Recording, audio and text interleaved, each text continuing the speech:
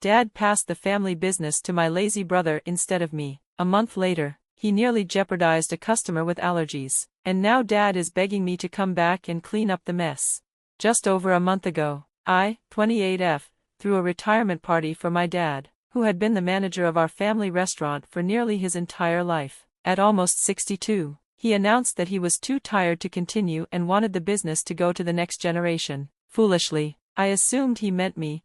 I had dedicated the last 5 years of my life to the restaurant. Our family owns a chain of Italian restaurants, with 2 locations managed by my uncle and my cousin, but our flagship restaurant, where I worked alongside my father, was the most popular. For context, the business started with my grandfather's first restaurant, where my grandparents worked together for years until Dad took over. He expanded the business, opening 2 new locations where my uncle and his daughter now manage. This legacy has always remained within the family. When my dad announced his retirement a couple of weeks before the party, I naturally expected him to hand the reins to me. My uncle, close in age to my dad and planning to retire soon, was never a contender, and my cousin was too inexperienced to handle it. I had committed myself to the restaurant since quitting my corporate job at 23, hoping to inherit and elevate the family business. I assumed it was common knowledge that I would be taking over. Dad never explicitly said it, which was naive of me not to demand in writing, but it felt like an unspoken agreement. Then, at the party, he shocked everyone by declaring that my younger brother, Derek, 26M, would inherit the business. I have 2 siblings. My older brother, Charles, 34M, is a surgeon and has no interest in the restaurant world. Derek, on the other hand, is a freeloader who contributes nothing and is disliked by the entire family. My parents have always coddled him, believing he needs encouragement to find his way, while Charles and I were pushed to succeed. Derek graduated from community college but has been fired from 5 jobs since then, failing to stick with anything due to his massive attitude problem. He acts as if he's entitled to the world. Oblivious to his shortcomings, he spent the past couple of years lounging at home, relying on our parents, and showing no shame about it. It's frustrating to see my parents support him while they pushed Charles and me to achieve. I used to get along with Derek when we were kids, but since high school, he's become insufferable. He has no experience in the business, making Dad's announcement even more shocking. Everyone at the party assumed I would inherit the restaurant after working hard for 5 years. When Dad made the announcement, I was in disbelief, as were the employees and even my mother. It took Derek's smug acceptance of his new role for the reality to sink in, and I couldn't help but storm out in tears. Dad followed me outside, trying to explain his decision. He claimed he had reasons, but they felt as flimsy as his choice. He said he hoped managing the restaurant would force Derek to step up and take responsibility. After 2 years of Derek lounging around, Dad thought that giving him the family business would motivate him to be a better worker. He believed that since it would be Derek's own business, he might finally care enough to improve, and if not, at least it would get him out of the house. Dad insisted he still wanted me at the restaurant, to support Derek as I once supported him. He wanted me to act as the real boss while Derek played the nominal head, believing it would encourage Derek to step up. That was incredibly insulting. I shouldn't have to babysit my brother when I'm fully capable of running the business myself.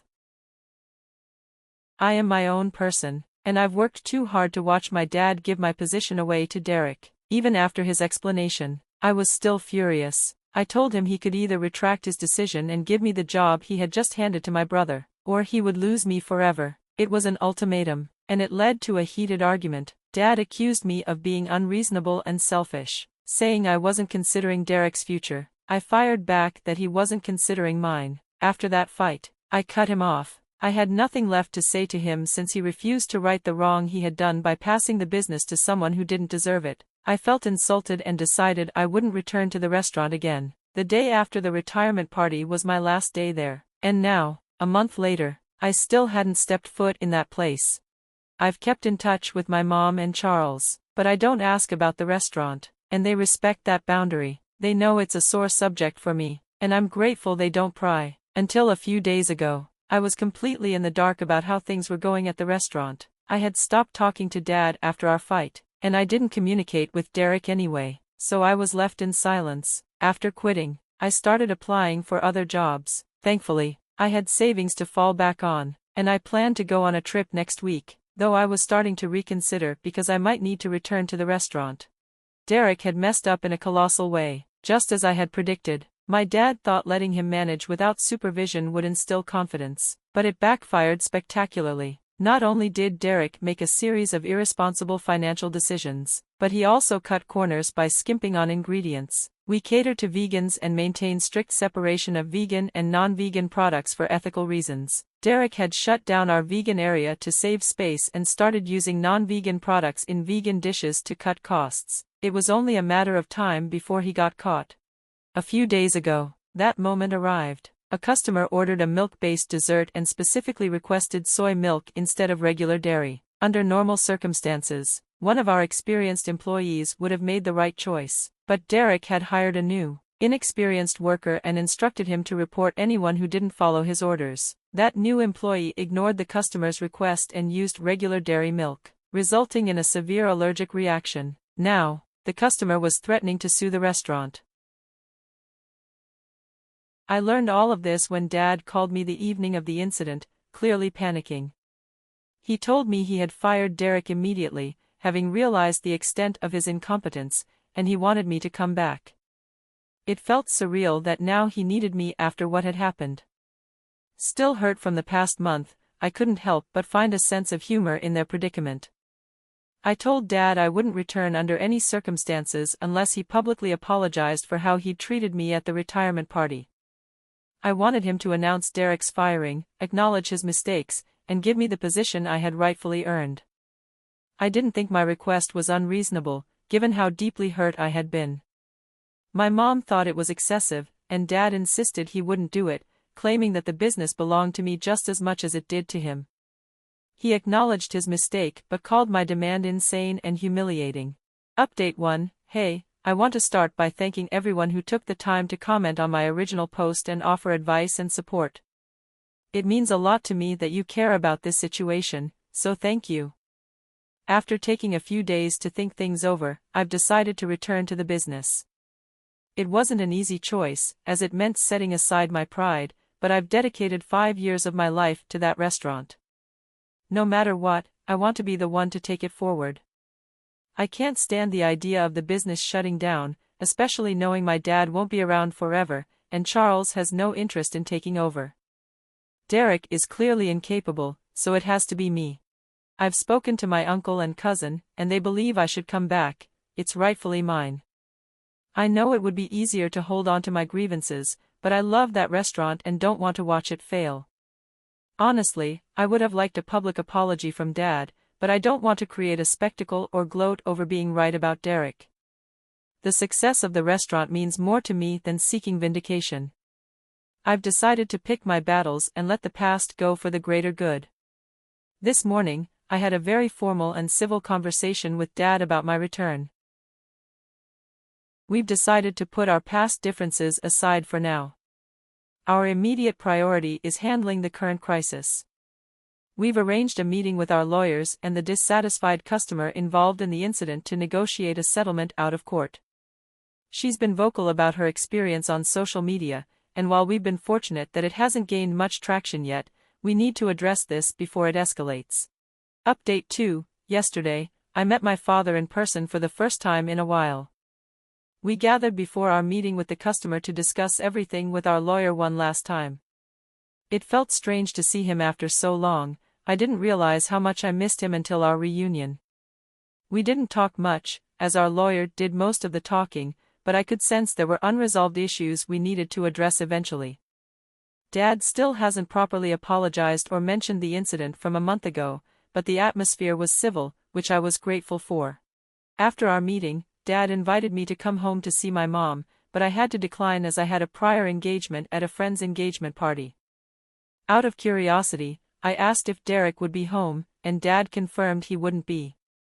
I know Derek has moved out since being fired, but Dad didn't elaborate on the situation, so I didn't press further.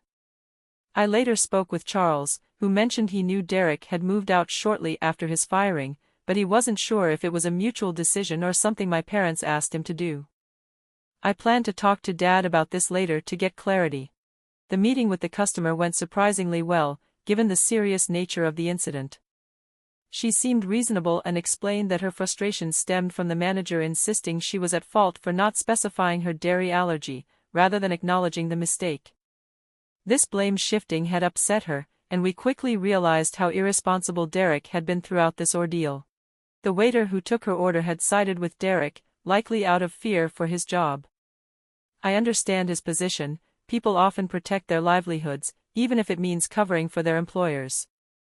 The new guy Derek hired was also loyal to him, insisting the waiter hadn't mentioned anything about soy milk, which compounded the issue.